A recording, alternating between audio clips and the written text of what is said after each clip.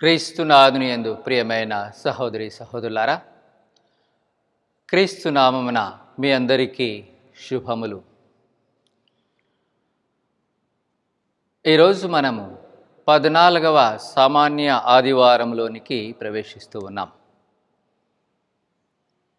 ఈనాటి పఠనములు దేవుని యొక్క శక్తి మహా గొప్పది అని తెలియపరుస్తూ ఉన్నాయి. ఆ శక్తిని మనం నమ్ముకోవాలి అని తెలియపరుస్తూ ఉన్నాయి.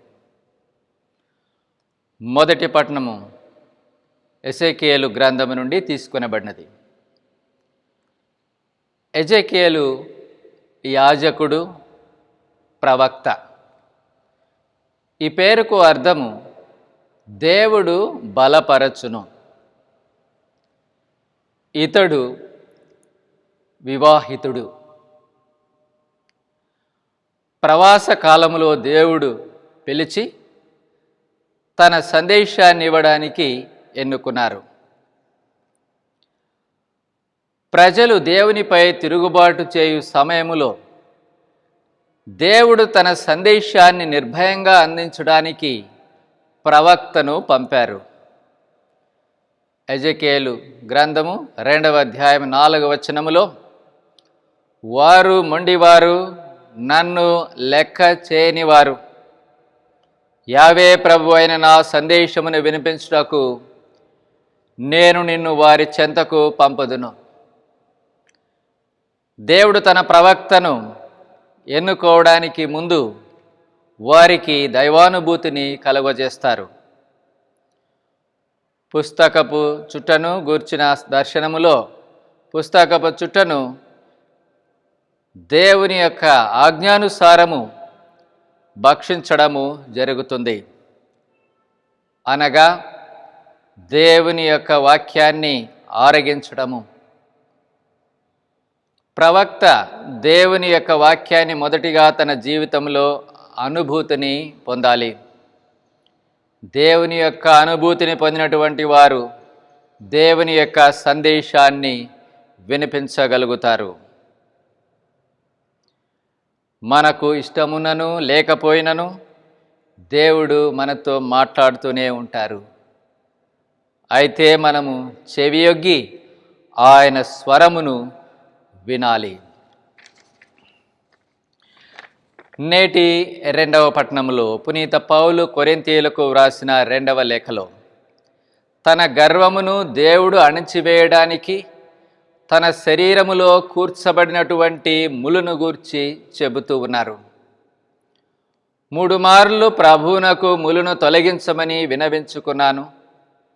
అయితే ప్రభు అందుకు, నా కృప నీకు చాలును, బలహీనత యందు నా శక్తి సంపూర్ణమగుచున్నది అని అభయము ఇచ్చారు.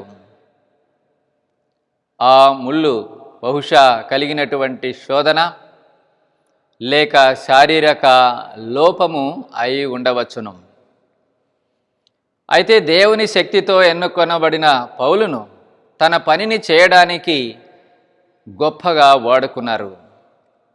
మన జీవితాల్లో కూడా అనేక రకాల శోధనలు, శారీరక లోపములు కలగవచ్చు. అయితే దేవుని రాజ్యాన్ని బోధించటానికి అవి ఆటంకములు కావు. మనకు కావలసినది దేవుని యొక్క కృప. ఆ కృప వలన మనము దేవుని రాజ్యాన్ని బోధించడానికి అవకాశము కలుగుతుంది. దేవుడు మనలను బాగుపరచడానికి కొన్ని ఇబ్బందులు, కష్టాలు కలుగజేస్తారు. అవి మన మంచి కొరకే అని మనము తెలుసుకోవాలి.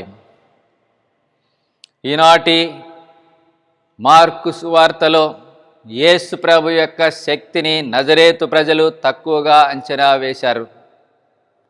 ఎందుకనగా యేసు ప్రభు వారందరికీ బాగా తెలిసినవాడు. వడ్రంగి కుమారుడు, మరియమ్మ కుమారుడు, బంధుమిత్రులు వారికి తెలుసు.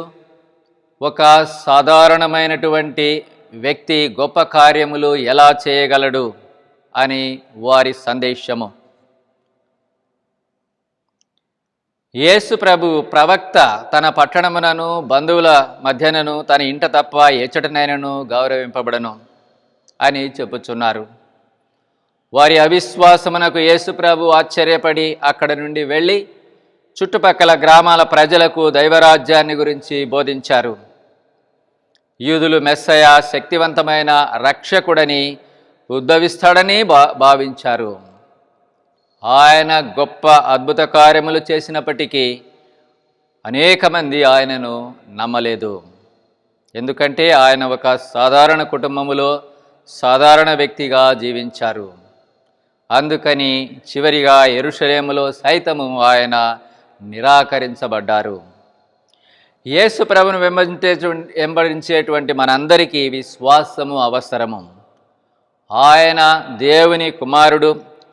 గొప్ప కార్యములు మన జీవితంలో కూడా చేస్తారని మనము నమ్మకము కలిగి జీవించాలి. ఎవరిని తక్కువగా అంచనా వేయవద్దు. దేవుని తక్కువగా అంచనా వేయవద్దు. ఎందుకంటే దేవుడు మహాశక్తి గలవాడు. మిమ్ములను మీ కుటుంబములను దేవుడు ఆశీర్వదించుదురుగాక. ఆమేన్.